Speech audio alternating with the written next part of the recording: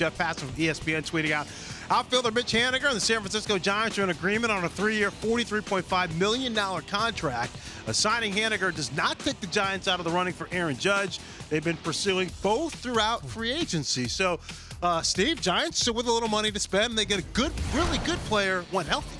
Yeah, they need some offense. I mean, Haniger's a real professional at bat. He's a professional player.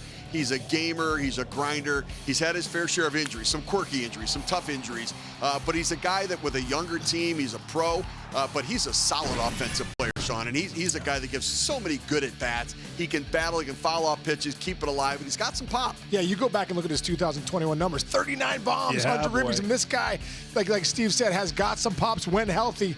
You know, this guy can do big things. And you look at the Giants, they need more than, if they get Aaron Judge, they need more than Aaron Judge. So this is a really nice sign for them.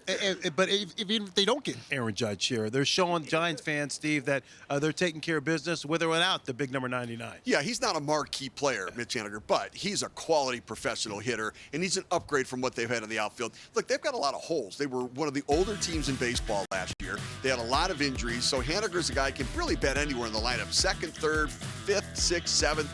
He can drive in runs. He can get on base. Not a big base on balls guy. He likes to swing the bat, put it in play. But remember, contact hitters taking away the shift right now. They become better hitters this year because there's going to be more holes and less defenders. And Tom Healy, when you get a second, put that lineup back up as we take a look at Mitch Haniger, Rake, and Case. I want to go to you here because a couple of years ago, the Giants won 107 games and kind of broke through. It was a franchise record with a lot of names that we weren't familiar with, and it was a magical season. And last year, they didn't quite have the same mix in terms of the luck, in terms of magic, and the players having career years. You look at that lineup, and it's a good lineup, but if you're going to compete against the Padres and the Dodgers, there's more work to be done. I totally agree, Fran. I think when you go back to that big year that they had in 2021, Buster Posey was having an unbelievable year.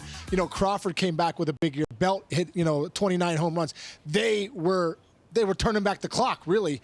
And I think last year with 2022, they just didn't have the horses. You go up and down that lineup, that lineup right there is not going to compete out there against the Dodgers and get the Giants where they need to be. Yeah, this is an offense with a lot of blenders in it. They need an aircraft carrier. Yeah. That's Aaron Judge, right? But Aaron Judge, you put him in the middle of that lineup, it's a completely different looking lineup. But they've got a lot of blenders where they kind of keep the line moving a little bit, but they don't have that big impact bat. The guy that can hit 3-run home run that's going to win you the game multiple times during the course of the season. So he's a nice addition. He's the start. Look, you got to make deals when they're ready to be made. So it's a good start for something, but they're looking for the big guy.